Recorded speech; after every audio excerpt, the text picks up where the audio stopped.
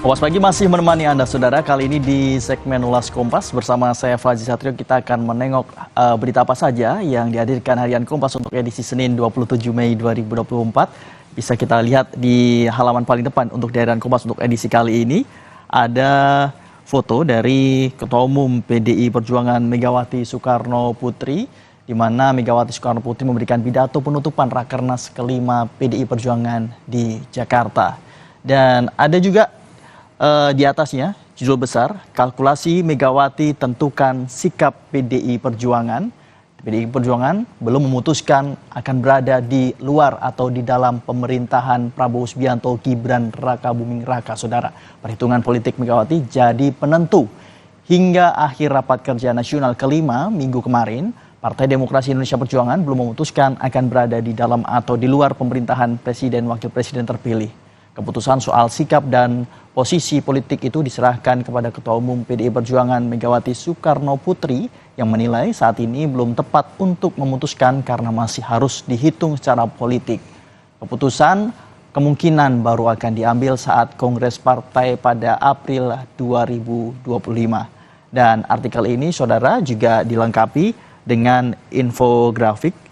Bisa Anda lihat di mana infografik ini yang menjelaskan perolehan suara dari PDI Perjuangan di pemilu.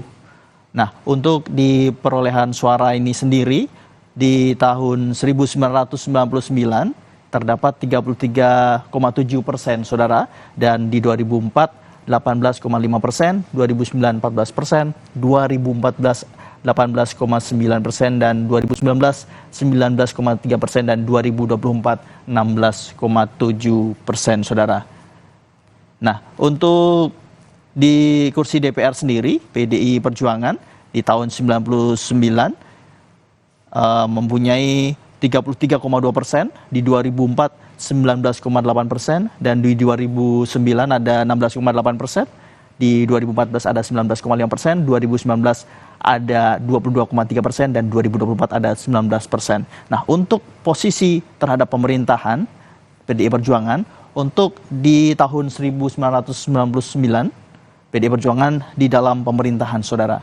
Untuk di 2004, PDI Perjuangan di luar pemerintahan, 2009, PDI Perjuangan di luar pemerintahan, 2014 dan 2019 di dalam pemerintahan. Dan untuk 2024 ini belum ditentukan. Nah, kita akan menunggu apakah PDI Perjuangan akan di luar pemerintahan atau di dalam pemerintahan.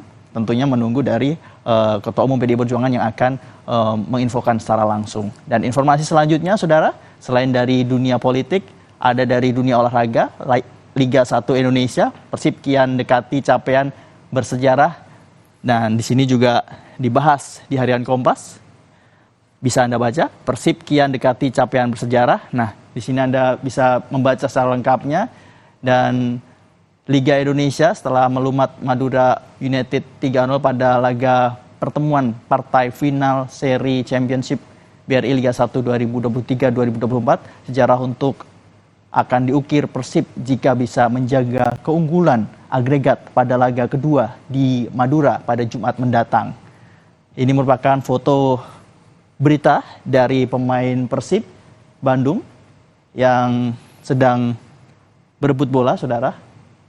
Dan ada juga di halaman 15 berita yang dihadirkan harian Kompas untuk edisi di awal minggu Senin 27 Mei 2024, yaitu mengenai tersangka pembunuhan Vina, hanya 9 orang.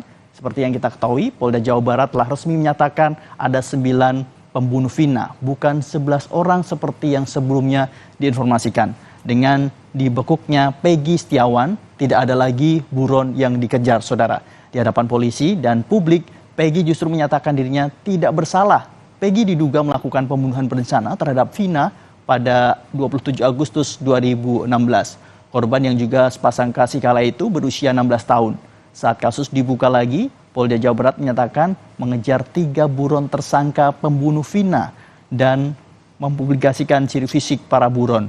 Pihak keluarga Vina melalui kuasa hukumnya mengapresiasi kinerja polisi membekuk Peggy. Namun, Di saat yang sama, kaget karena tersangka yang buron hanya satu, padahal amar putusan menyebutkan ada 3 orang. Nah, untuk informasi selengkapnya, saudara, Anda bisa membacanya di harian Kompas tentunya untuk edisi kali ini, Senin 27 Mei 2024, atau Anda juga bisa mengakses di kompas.id.